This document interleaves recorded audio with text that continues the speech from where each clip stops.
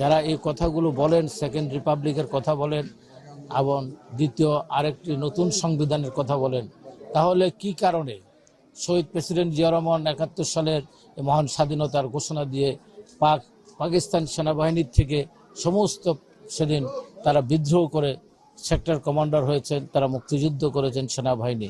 এই সেনাবাহিনী মুক্তিযুদ্ধের সেনাবাহিনী। তাই আমি বলতে চাই, যারা ৭১কে অস্বীকার করে, যারা ৩০ লক্ষ শহীদের রক্ত অস্বীকার করে, যারা নতুন করে এই গণ অভ্যুত্থানকে বিপ্লব বলে আরেকটি স্বাধীনতার ঘোষণা দিতে চান ৫ই আগস্টকে, তারা প্রকারান্তরে বাংলাদেশকে অস্বীকার করেন, বাংলাদেশের অস্তিত্বকে অস্বীকার করেন, বাংলাদেশের মুক্তিযুদ্ধকে অস্বীকার করেন। যারা মুক্তিযুদ্ধের ৭২-এর সংবিধানকে অস্বীকার করেন, তারা বাংলাদেশের নাগরিক হওয়ার যোগ্য নয়। অতএব এদেরকে ভোট চাওয়ারও কোনো অধিকার নেই। এবং পিআর পদ্ধতির মাধ্যমে যারা আজকে বিশৃঙ্খলা সৃষ্টি করে দেশের নির্বাচনকে ব্যাহত করতে চান, তারা প্রকারান্তরে আরেকটি কোনো দেশের এজেন্ডা বাস্তবায়ন করতে চান। যারা এই উগ্র মৌলবাদী রাজনীতির নামে বাংলাদেশে ধর্ম প্রিয় মানুষকে প্রতারিত করতে চান, ধর্মের নামে, আপনারা দেখবেন যে পাল্লায় ভোট দিলে আপনি বেহেশতে যাবেন, ধানের শীষে ভোট দিলে আপনি জাহান্নামে যাবেন। এইটি কে নির্ধারণ করেছে? এটি একটা স্বয়ং আল্লাহ ছাড়া তো কারো পক্ষে সম্ভব না, আল্লাহ রসুলের পক্ষে সম্ভব না।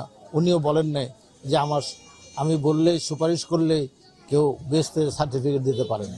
অতএব এই ব্যাপারে যারা মহিলাদেরকে বিভ্রান্ত করতে চান, যারা বলেন যে জামাত ইসলাম করলে বেহেশতে যাবেন, এটার চেয়ে বড় শিরক, এর চেয়ে ঈমান আকীদার বিরোধী কোনো কর্ম পৃথিবীতে নেই। এটা যদি আজকে অন্য কোনো দেশে বলতো, নির্বাচিত সরকার থাকতো, তাহলে এদের সবার জেল হতো, অনেকের ফাঁসি হতো।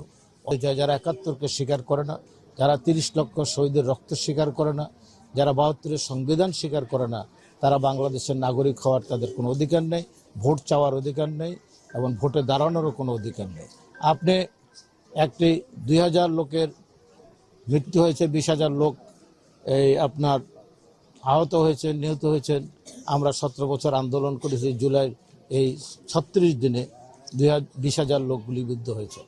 এই কারণে যদি শেখ হাসিনা এবং আওয়ামী লীগ নিষিদ্ধ হয়, তাহলে ৭১-এ যারা আমাদের মা বোনদেরকে গনিমতের মাল বলে পাকিস্তান হানাদার বাহিনীর কাছে উঠিয়ে দিয়েছেন, ৩০ লক্ষ শহীদের রক্তের সাথে বেমানি করেন, তারা পাকিস্তানের পক্ষে যুদ্ধ করেছেন, আমাদেরকে হত্যা করেছেন, তাদেরকেও বাংলাদেশে নিষিদ্ধ আগে হওয়া উচিত।